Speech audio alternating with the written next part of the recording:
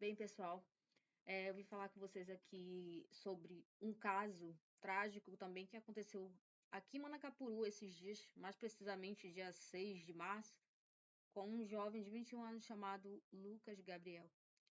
E desde agora, ao iniciar esse vídeo, eu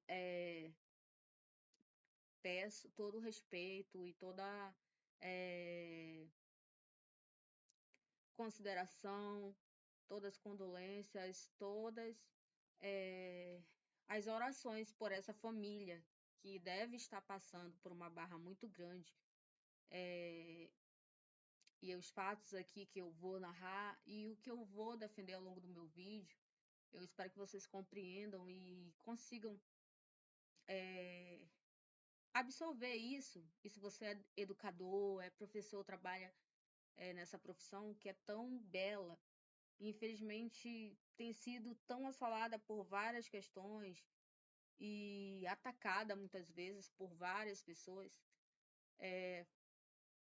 a gente só pode pegar o nosso papel como educadora de crianças, de adolescentes, e tentar trazer uma luz para a sociedade. E assim, esse caso do Lucas Gabriel só mostra o quanto que a cultura da violência ela tem imperado no nosso país nos últimos anos, o quanto que não só nos últimos anos, mas durante muito tempo. Eu lembro que desde quando eu era adolescente eu estava ali prestando vestibular, da UFAM, da UEA, que são os vestibulares tradicionais aqui do meu estado, do Amazonas. Nós já falávamos muito sobre prisão perpétua, sobre pena de morte para crimes hediondos. Nós falávamos sobre a diminuição da menoridade penal. Tem casos alarmantes aí e que o adolescente ele não vai ser preso por muito tempo porque não há cabimento na lei para regras como essas. Então acaba que indo para manicômios judiciais, sob custódias judiciais, que é o caso do Champinha, e, e por aí vai. Então a gente não sabe até quando que vai parar essa cultura de violência, essa cultura que exalta o crime a partir da música, a partir do funk, a partir do hip hop, do trap. E nós vemos o quanto que isso tem destruído famílias. Nós vemos que os jovens, outro dia estava vendo uma pesquisa, que os jovens, os dois estilos de músicas que eles têm mais ouvido é o funk e o sertanejo universitário. Graças a Deus, parece que o sertanejo universitário ainda está em primeiro lugar. Mas, quando as crianças, os jovens, os adolescentes não têm contato com uma música de qualidade, com uma educação de qualidade, não tem como eles se tornarem cidadãos com uma cultura, com uma mente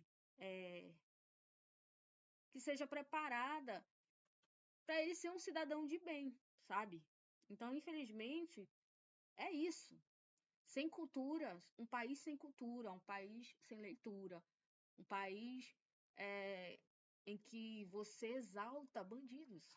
Não tem como, cara, não tem como dar certo. Então, essa é uma crítica muito contundente. E eu sei que vai chegar, podem chegar muita gente agora ou no futuro falando N coisas. Mas essa é a verdade.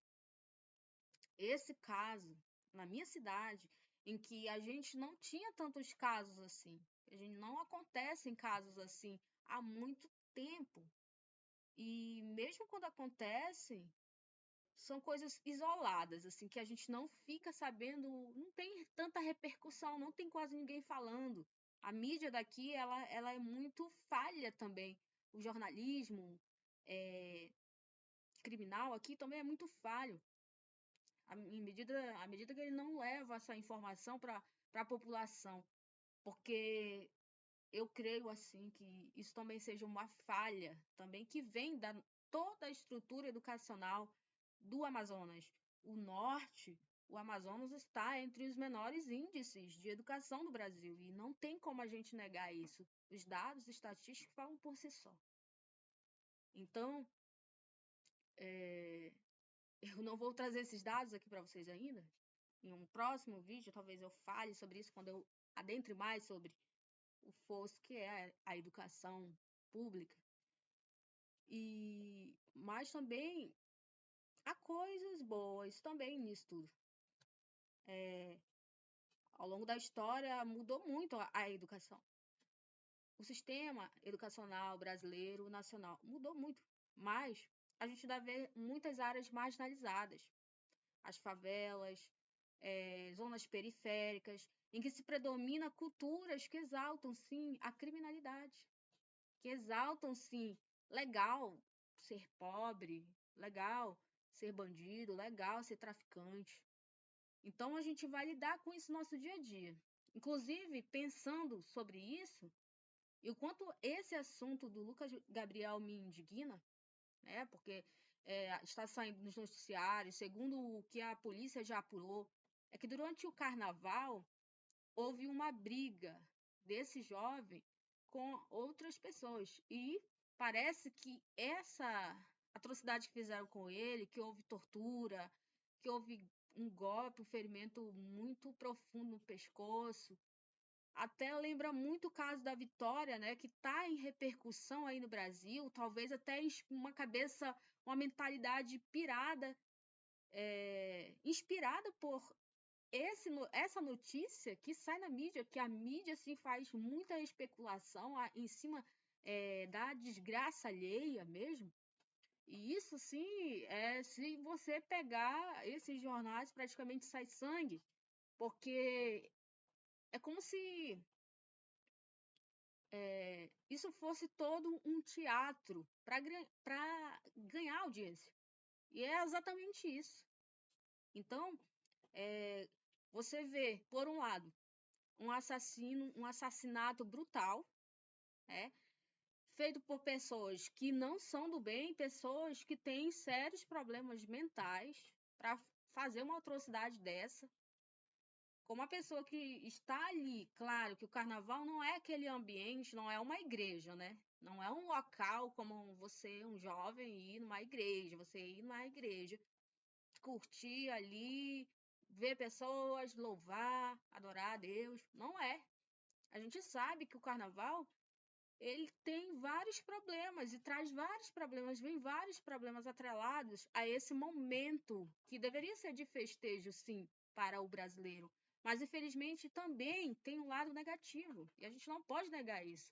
Os fatos estão aí, as ocorrências estão aí, os níveis de criminalidade, roubo, assalto, crime, assassinato, feminicídio, tudo isso se propaga durante esse período. Então não tem como a gente fugir disso. É a realidade. E essa realidade, quando a gente se depara com ela nua e cruel, e que estamos falando aqui de um país que realmente nós não somos o pior país do mundo, mas também a gente tinha tudo para ser. Mas tipo, é como se o Brasil fosse o país que não deu certo, o país que não decolou. E isso muito me indigna. Um país em que você tem que trabalhar muito para ganhar pouco. Um país em que você tem que praticamente vender sua alma para entrar na política. Ou para ser um político, você tem que ser corrupto. Se você não souber roubar, entre aspas, você não serve para entrar na política. Então, é tudo isso que a gente está falando. E tudo vem da educação, da nossa estrutura política, da nossa cultura, daquilo que a gente aceita entrar dentro da nossa casa, porque famílias, sim, são responsáveis ainda. Não é o Estado que manda no seu filho, é você. Então, como eu falei do caso da Vitória, nós temos que saber onde nossos jovens estão indo. Não é porque ele virou 18 anos e aí tem que ficar levado a breca. Não é porque ele inteirou, é de maior agora, então ele pode namorar com quem quiser, pode se relacionar com quem quiser, pode fazer sexo a hora que quiser, pode ir para os lugares que quiser. E isso é muito perigoso, porque quando... Aí a gente vai pro filme do Coringa, né? Quando você tira Deus da história. Quando você tira Deus do ponto da sua história, muitas coisas ruins podem acontecer. Muitas coisas ruins podem acontecer. Porque você perde a moralidade. Você perde a moralidade, porque você pode tudo. Você pode fazer tudo. Então, tem aquela célebre frase que fala: sem Deus o mundo é o caos. E é isso que a gente está vivendo agora. Uma política que prega que o mundo tem que ser ateu. Que a religião é a destruição, é o ópio do povo. A religião destrói o povo. A religião manipula as pessoas. A religião faz com que as pessoas sejam alienadas. A religião faz com que as pessoas se sintam culpadas pelos seus pecados. Isso é verdade, eu não estou dizendo que é mentira. Mas, quando a gente perde a mão, a gente exagera na dose, a gente já entra para um conflito muito maior. A gente já entra numa dimensão para além da política. Isso afeta famílias, afeta vidas que estão sendo perdidas, porque o filho daquele que tem dinheiro está morando nos melhores bairros, estudando nas melhores escolas, se relacionando com as melhores pessoas do mundo, enquanto que o filho do favelado, do que mora na zona rural, do que mora nas cidades pequenas, estão se relacionando com esses caras. Estão encontrando, se deparando, tendo amizades com pessoas que estão indo para carnavais, que estão indo para caminhos tortuosos, caminhos assim que não levam a nada, caminhos do crime, do tráfico. Isso é uma realidade. Então, eu fico indignada quando a pessoa acha que um político ele tem que servir apenas materialmente as pessoas, quando a maior contribuição dele deveria ser intelectual. Ele deveria ser um estudante de direito, ou estudar direito, no mínimo, estudar política, mesmo que ele não tenha estudo, mas ele deveria estudar. Então, é tudo isso, é um conjunto de fatores que levam a gente a ser assim, a nossa sociedade a ser assim. Então, infelizmente, esse caso, um jovem precisou perder a vida para muitos outros verem que o carnaval, gente, é para você se divertir. Não é para você fazer coisas ruins e não ir com a cabeça pilhada para um lugar como esse. Então, se essa não é a sua proposta, não vá. E assim, é muito triste isso. É muito triste mesmo falar isso. Porque 21 anos está começando a vida. 21 anos está fazendo uma faculdade. Infelizmente, parece que esse jovem, o Lucas Gabriel, também era homoafetivo. E aí eu já entro numa situação aqui também que nós, na escola, eu e uma professora, acabamos de lançar um projeto que é no programa Ciência na Escola, falando sobre a questão do bullying e da violência na escola e como o esporte pode ajudar a reduzir ou amenizar essa cultura de violência. Então, olha o quanto que a escola ela tem esse poder de chamar atenção para temas tão relevantes socialmente, politicamente, para temas assim que deveriam ser prioridade do Estado. Então, são questões que mexem muito comigo. E esse projeto eu achei assim de suma importância, bem como outro projeto sobre o combate às drogas na escola, ao uso e abuso de drogas entre alunos adolescentes. E isso é uma das coisas também que causa muito problema de violência na escola. E muita infrequência escolar, abandono escolar. Então, eu vou deixar, inclusive, esses artigos, acho que 6 artigos aí para vocês, se vocês quiserem ler, pesquisar, saber um pouco mais sobre esses assuntos. Se você é professor, trabalha em alguma rede de ensino do estado, do município de Manacapuru, você pode estar consultando, ou não, né, se você for de outra região, e entender isso, porque você pega lá a Cracolândia sempre como um exemplo. Mas se você vier para cá para o nosso contexto também, nós temos os bairros que são marginalizados pela sociedade manacapuroense. Eu, inclusive, tenho um artigo aí que vai falar sobre a Cracolândia e de como é viver ali, de como que relatos de pessoas que viveram ali. E isso é importante você saber. Tem um livro também chamado Entre Sol e, e a Lua, eu acho que é isso. De um cara que ele viveu 6 anos na Cracolândia e ele resolveu fazer um projeto para acabar com a cultura das drogas na escola, com toda essa questão, né, que traz muita violência também. E ele, para a sociedade, né, traz violência para a sociedade, porque o indivíduo, quando o Estado, quando a família erra, quando a escola erra, as consequências vêm para a sociedade, porque esse jovem, esse adolescente, ele também está vivendo na sociedade. Isso é sociológico.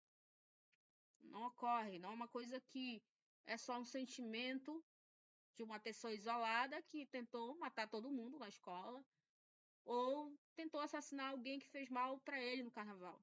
Não, é uma cultura. Então, vocês podem se apropriar, se vocês forem de outros campos também de estudo, da psicologia, vocês podem se apropriar desses conteúdos, desses artigos. E aí, mais para frente, eu posso estar falando, inclusive, desses projetos para vocês, se vocês quiserem aí. E é isso, gente. Eu vim deixar esse recado aqui para vocês. E peço que você se inscreva no canal, compartilhe com alguém que possa gostar desse tipo de assunto. E curta o vídeo, porque isso ajuda também. Comente aí, eu quero saber qual a sua opinião sobre esse assunto. E como que a gente pode fazer ações para reduzir essa cultura da violência no nosso país. O que vocês pensam sobre isso? Então é isso, eu tô indo por aqui e foi um prazer aqui estar com vocês.